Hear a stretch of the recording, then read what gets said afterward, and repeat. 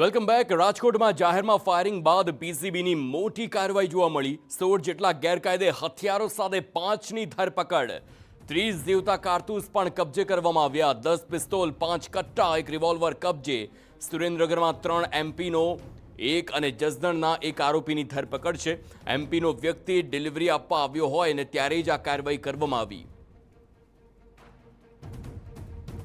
તો આ પ્રકારે આ 10 પિસ્તોલ, 5 કટ્ટા સહિતનો જે આ હથિયારો છે તેની સાથે આરોપીઓની ધરપકડ કરવામાં આવી છે.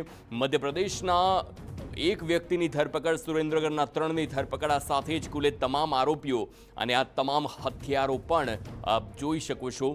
સવાલ એ કે જાહેરમાં ફાયરિંગ બાદ હવે પીસીબીએ જ્યારે મોટી કાર્યવાહી કરી છે ત્યારે વધુ ખુલાસા થાય તેવી પણ મોટી શક્યતા.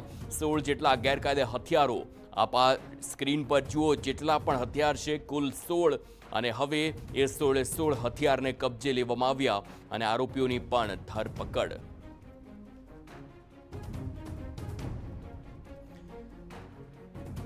તો આખી જે આ ઘટના સામે આવી છે તેમાં અત્યારે આરોપીઓ તો ઝડપાયા છે, પરંતુ હવે જ્યારે આગવી પૂછપરછ કરવામાં આવશે, પૂછપરછમાં વધુ ખુલાસા થાય તેવી પણ શક્યતા છે.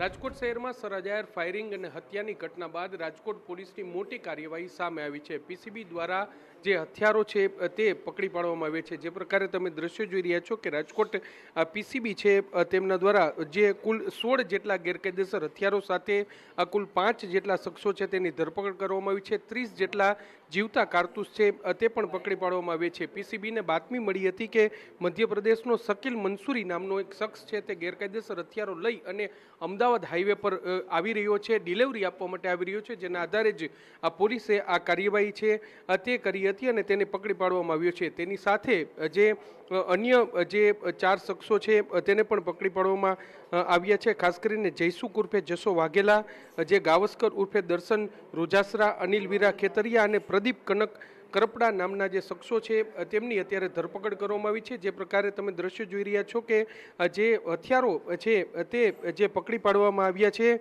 તેમાં કુલ જે દેશી બનાવટની પિસ્તોલ છે તે કુલ 10 નંગ છે. આ ઉપરાંત જે દેશી બનાવટના કટ્ટા છે તે 5 જેટલા કબજે કરવાનો છે. આ ઉપરાંત દેશી બનાવટની એક રિવોલ્વર છે તે પણ પોલીસ છે તેમના દ્વારા કબજે કરવામાં આવી છે. આ તમામ હથિયારો છે તે કોને આપવાના હતા, કયા ઉપયોગ માટે લેવાના હતા અને અહીં તેમને કોને ડિલિવરી આપવાની હતી, આ તમામ મુદ્દે અત્યારે પોલીસ છે તે તપાસ કરી રહી છે. જે રીતે રાજકોટ શહેરમાં સર્જાયેલ ફાયરિંગનો બનાવ જે સામે આવ્યો અને ગેરકાયદેસર હથિયારથી આ ફાયરિંગ છે તે કરવામાં આવ્યું હતું, તેને કારણે જ જે પોલીસની કામગીરી છે તેને લઈને પણ સવાલો છે તે ઉઠી રહ્યા હતા અને તેની વચ્ચે જે પીસીબી છે તેમના દ્વારા આ મોટી કાર્યવાહી છે તે હાથ ધરવામાં આવી છે.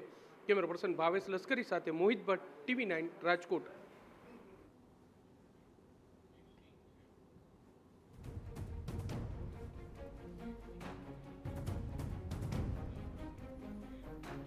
અને હવે વાત કરીશું એ